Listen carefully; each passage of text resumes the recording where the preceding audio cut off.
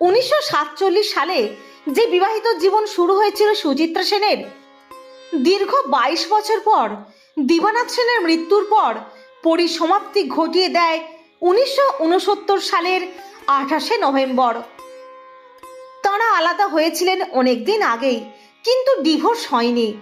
মারা যাওয়ার কয়েক বছর আগে দিবানাথ সেন চাকরি নিয়েছিলেন শিপিং কর্পোরেশনে।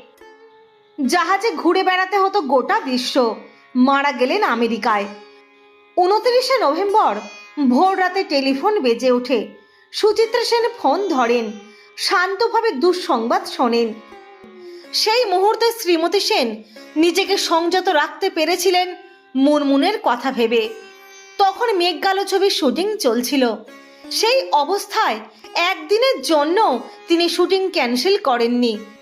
সুচিত্রা সেনের মতো একজন অভিনেত্রীর পক্ষেই তা সম্ভব।